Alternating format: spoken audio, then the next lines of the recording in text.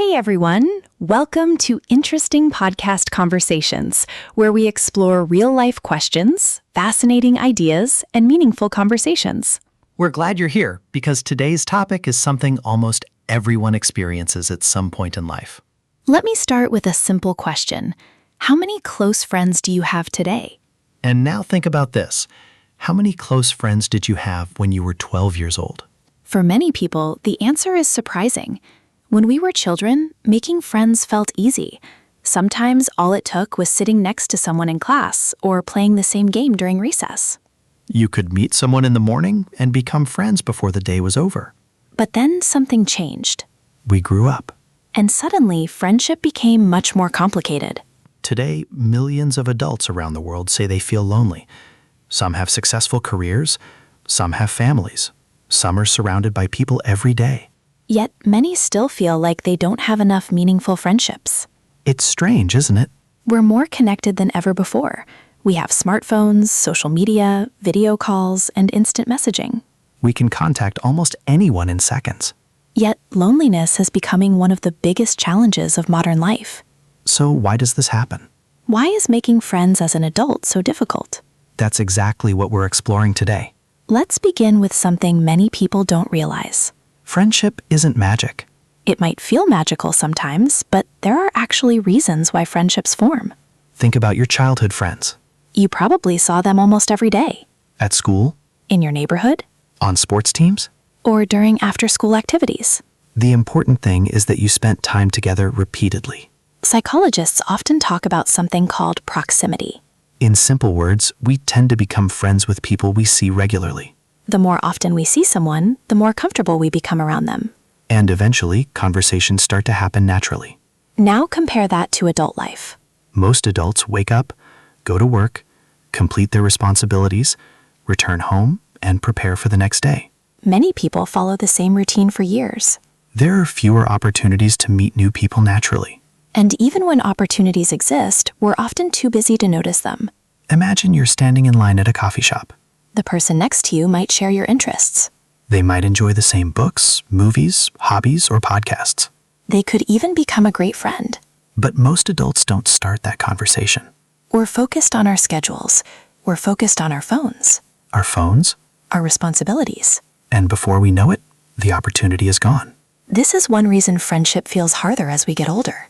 Not because adults are bad at making friends. But because adult life creates fewer natural opportunities. There's another interesting difference between children and adults. Children rarely worry about rejection. Think about a playground. A child walks up to another child and says, "Can I play too?" Simple. No overthinking. No anxiety. No worrying about looking awkward. Adults are different. As we grow older, we become more aware of social risks. We start worrying about what other people think. What if they don't like me? What if they think I'm strange? What if they say no? Those questions stop many friendships before they even begin. And the interesting thing is that the other person may be thinking exactly the same thing. They might also want a new friend, They might also feel lonely but both people stay silent. because each one is waiting for the other to make the first move. When we come back, we'll talk about another reason adult friendships are so difficult and why social media may be making the problem even worse. I agree completely. Let's talk about moving to a new city. This is another big reason why making friends is hard. When you move, you lose your old friends nearby. You need to start again from zero. This is very difficult for many people. You don't know anyone, you don't know good places to meet people. I moved to a new city once, and it was very hard for me. I felt lonely for many months. Alex, have you ever moved to a new place? Yes, I moved once for my job, and I remember that feeling very well. It was really hard at first. I didn't know anyone in the new city. I went to work and then went home alone every day. I felt sad sometimes. I missed my old friends a lot. It took me almost 1 year to make new close friends. I joined a sports club, and that really helped me. I think doing activities is a good way to meet people when you move somewhere new and don't know anyone yet. That's a great example, Alex. Joining clubs and activities really does help. I want to talk about another reason now, comparing ourselves to childhood friendships.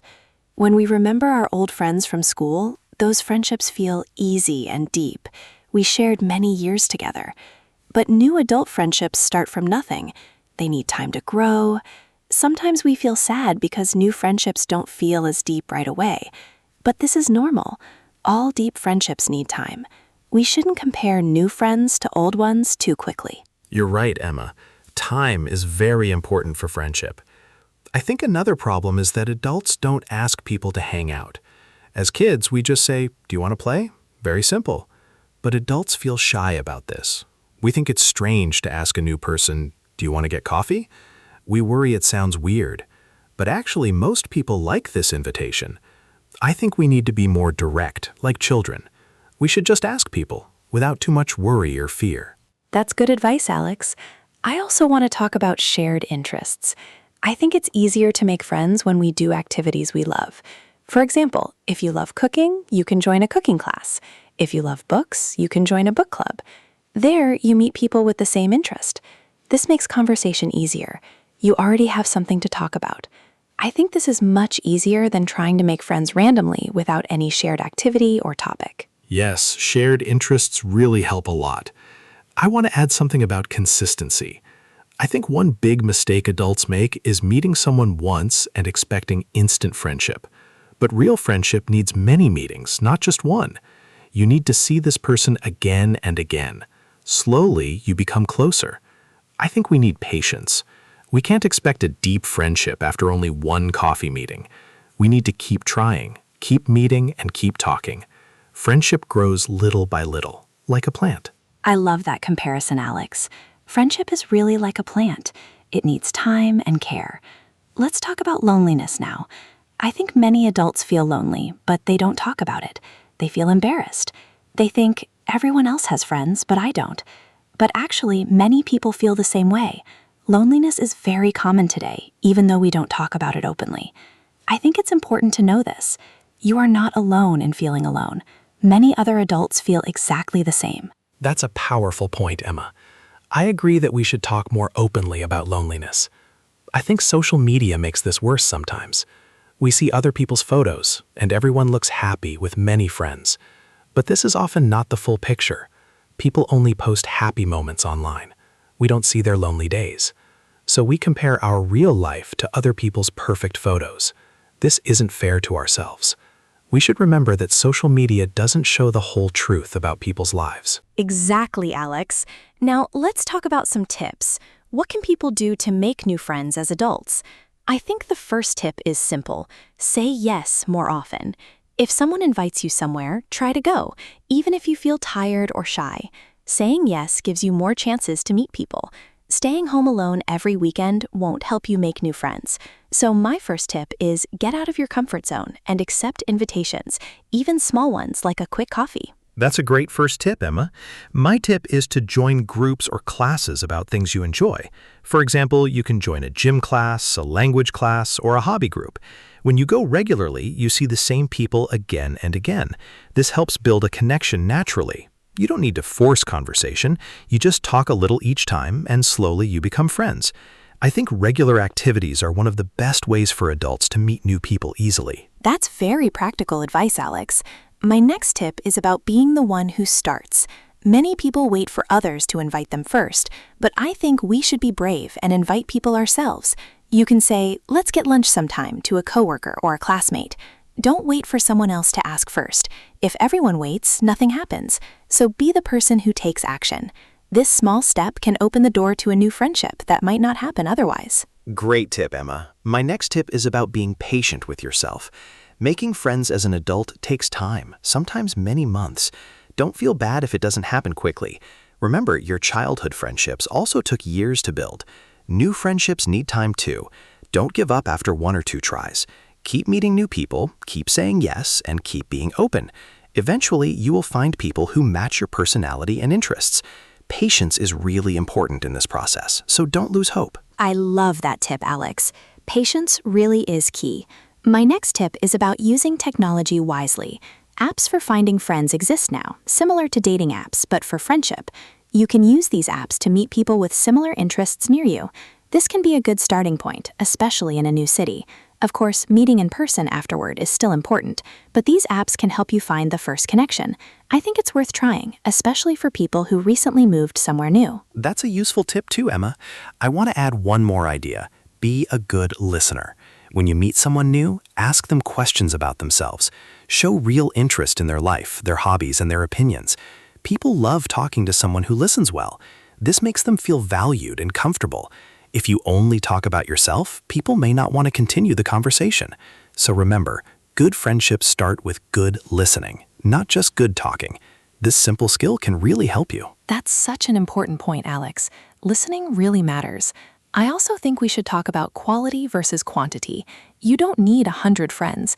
You only need a few good friends who really care about you. I think adults sometimes feel pressure to have many friends, like in movies or on social media. But actually, having 2 or 3 close friends is enough for a happy life. So don't worry if you don't have a huge friend group. Focus on quality, not the number of friends. I completely agree, Emma. Quality is much more important than quantity. I want to share a personal story now. Last year, I felt very lonely after moving to a new area. I decided to join a weekly football game with strangers. At first, it was awkward and uncomfortable. I didn't know what to say. But after a few weeks, I started talking more with the other players. Now, some of them are very close friends. This experience taught me that consistency and showing up regularly really does work. That's such an inspiring story, Alex. Thank you for sharing it. I have a similar experience too. I joined a local book club 2 years ago. At first, I only talked about the books, but slowly we started talking about our lives, our problems, and our dreams. Now these women are some of my closest friends. We meet every month, and I look forward to it every time. This shows that small, regular activities can really turn into deep, meaningful friendships over time if you stay consistent. These stories really show that effort pays off, Emma. I think we should also mention family and parenting. For people with children, making friends can be even harder. Parents are very busy and tired. They don't have much free time for socializing. But many parents make friends through their children, for example, at the playground or at school events. Talking to other parents can lead to real friendships too. So even busy parents can find ways to connect if they look for small opportunities around them. That's a good point, Alex. Parents definitely face extra challenges. I think we should also talk about cultural differences. In some countries, people make friends more easily because socializing is part of daily culture. In other countries, people are more private and reserved. If you move to a new country, this can feel confusing at first. The friendship style might be very different from what you're used to. I think it's important to be patient and understand that different cultures have different ways of building friendships. That's an interesting point about culture, Emma. I think understanding cultural differences can really help us avoid feeling confused or hurt. Now, let's talk about online communities for a moment. Many people find good friends through online groups about hobbies, like gaming, cooking, or sports. These groups often turn into in-person meetups later. I think online communities are a great starting point, especially for shy people. They give us a safe space to practice talking before meeting in person. This combination of online and offline can work very well. That's true, Alex. Online communities really can be a safe first step. I think we should also talk about rejection. Sometimes you try to make friends, but it doesn't work out. The other person might be busy, or maybe you just don't connect well. This is completely normal and happens to everyone. We shouldn't take it personally every time. Not every person will become our friend, and that's okay. We should just keep trying with other people instead of giving up after one disappointment. Yes, rejection is just part of the process, Emma, and we shouldn't let it stop us. I think we should also remind listeners that it's okay to end friendships that don't feel right anymore too. As adults, we grow and change. Sometimes old friendships don't fit our new life. This is sad, but it's also normal. Making space for new friendships sometimes means accepting that old ones may fade away naturally. This isn't failure, it's just part of growing as a person throughout life. That's a wise point, Alex. Growth really does change our friendships over time. Let's talk about self-confidence now. I think confidence plays a huge role in making friends. When you believe you are likable, you act more relaxed and open around new people. But when you doubt yourself, you might seem nervous or closed off. I think building self-confidence, even in small ways, can really help your social life. Try to remind yourself that you have good qualities to offer in any new friendship you build. That's very true, Emma. Confidence really changes how we connect with others. I think we should remind our listeners of one more important thing. Be yourself. Don't try to be someone you're not just to make friends quickly. Real friendships happen when people like the true you, not a fake version. It might take longer to find the right people, but those friendships will be much stronger and more honest. So please, always be authentic, even when it feels scary to show your real personality to new people. That's such important advice, Alex. Being authentic really matters most. Well, I think we have covered so many great points today. We talked about why friendship is harder for adults, and we also shared many helpful tips. I really hope this conversation helps our listeners feel less alone. Making friends takes time, courage, and patience, but it is absolutely possible at any age. Alex, do you have any final thoughts before we finish today's episode? I think this was a really meaningful conversation for both of us. Yes, Emma, I have one final thought. I want to tell our listeners, please don't give up.